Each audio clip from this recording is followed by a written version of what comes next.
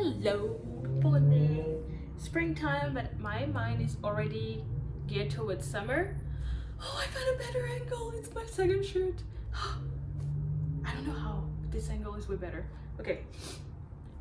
So it's yeah, we're actually in spring, but for me, I already feel like summer because of the sunlight and more good days. I do like some rain as well. I think it's very cozy and very romantic and whatever. But anyway, culture shock. So coming on the topic of weather and everything, the first culture shock you'll have, and I don't think people like mention that, is the winter blues. The winter blues is something that, as it says, it happens in winter.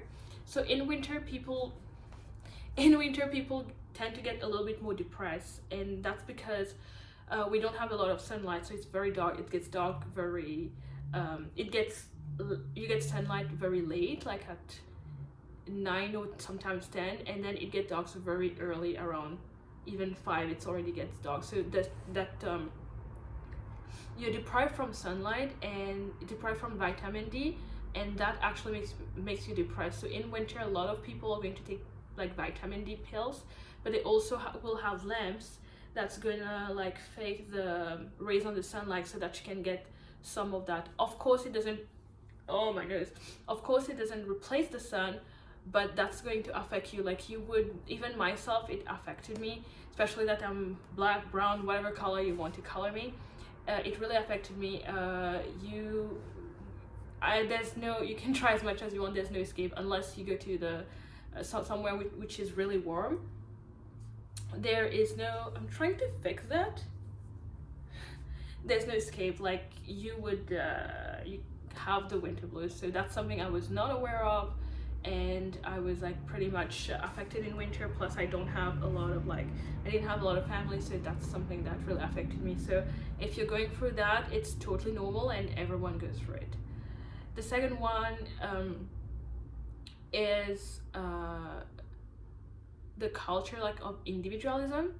So I come from an island and we're very community like kind of thing. We think about the elders. I think like if you are from India or other communities, China or whatever, like you are very much into like families and whatnot. But here it's very like individualistic, and that ties up into the thing that Canadian are nice.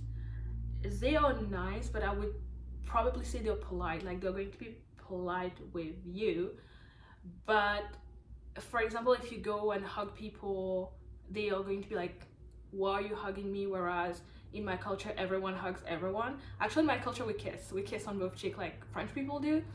And I remember when I first came here, since I could not kiss the person or stuff like that, I didn't know if I needed to handshake, if I didn't to hug.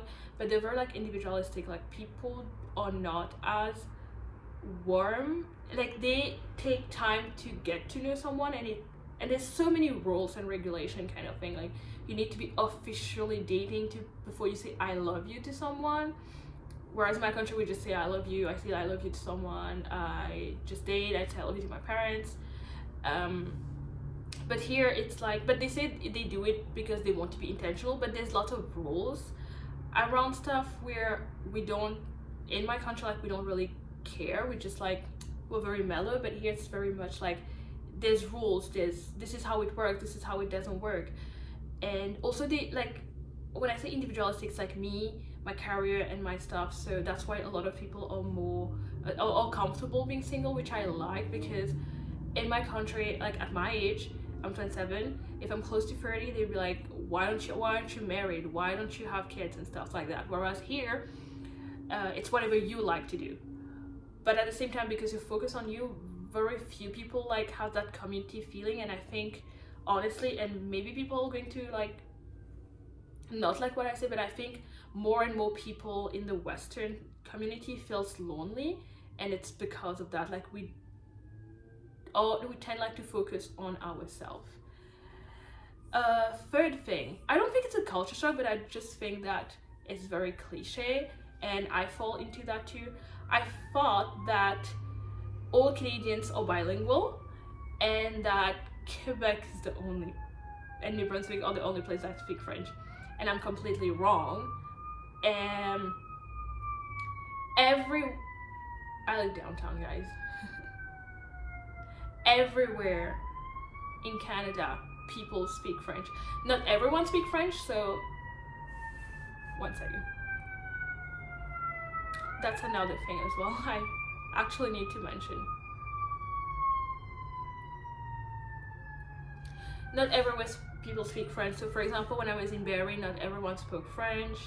Some people don't even know French. They learn it in high school, but they don't know it. So you have more people speaking English, just English, and not knowing a word, maybe like je ne comprends pas of French. But a lot of Canadians do not speak French. That being said, what I mean, it's not just Quebec. So every province has at least a French community. So even in Alberta, like in Edmonton, I had no idea when someone told me there's a French community. I was like, what? I just felt like it's Alberta, everyone speaks English. But no, Alberta has a French community. Barrie, there are some people who speak French. So how is it called? Oh, I forgot how it... Jesus Christ. There's a place that's very, very common that people speak French in Ontario. I know it's, you have University of Laurentide. Laurentide. Oh, it slipped my mind. I forgot what it was, but there's a lot of people who speak French there. Yeah, so in every province you would find like French speaking community. So every province has it, but not everyone actually speaks French. When it comes to Quebec, a very good thing is that most people Ottawa, most people are bilingual. I think it's because it's the capital. Most people are bilingual. In Quebec, most people are bilingual, but some do not like it. They prefer French, which I understand. And so lots of people would speak French there. New Brunswick speak French too, and they have their own way of speaking French. I think, please correct me, it's called Acadian, right? But if I'm wrong, please leave it in the comment down below and correct me. So yeah, that was something. I was going to make another point. I forgot. What was it? Oh yeah, don't say that to people. Like, don't say that. I think I was uneducated, and I was very much influenced by the social media. So you know, like Pocahontas, so all like the indigenous people, like the Indians, like so like Pocahontas, I thought, so you have a lot of them in Canada. Actually, they're indigenous, which means they are the first comers here before anyone came and everything. So they actually were here, like they were the first person to be here. Oh my god, I don't know if I have seasonal allergies, but my nose. So they do not live in teepee. I thought they live in teepee. They actually live on reserve in normal house. So if you have to take a movie reference, I would say take Twilight, because it's like that. Like Jacob, he lives in a normal house, right? Oh, sorry guys. He lives in a normal house, but he lives on a reserve, and he goes to school on reserve. So it's like that. They don't live in teepee. I thought they live in teepee, and people look at me as if I just ate a baby. So that's another thing. The third thing is that sirens just come and go. I don't think that's a cliche or whatever. It's just something I noticed. So in Edmonton, as you know, or as you might know, there's a lot of drugs. And I live downtown, and downtown, especially Jasper Avenue, is where you have like the most like drug addicts. Like you would see people like having like overdosing and stuff like that.